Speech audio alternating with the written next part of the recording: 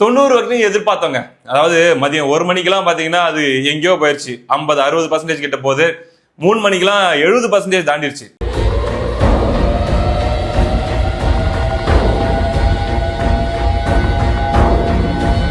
கண்டிப்பா 90 அடிச்சிரும் அப்படின்னு சொல்லி எல்லாருமே எதிர்பார்த்தாங்க.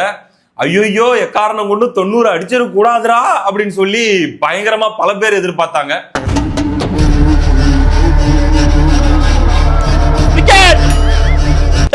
என்னது இது? ஏதோ ₹1 கட் பண்ணி போட்டுருக்க.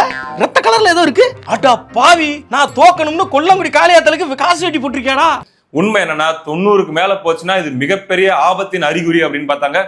யோ ஏறி வந்துட்டாயா என்கிட்ட போன்ல பேசும்போதெல்லாம் அவங்களா காசை வாங்கிட்டு உள்ள புடிச்சு போடாம வெளியில விட்டுருக்கிய. இன்னும் எத்தனை பேர் குடிய கெடுக்க போறாங்களோ. போ சரி கழுதுலடா கயிறு நாண்டுட்டு சாக.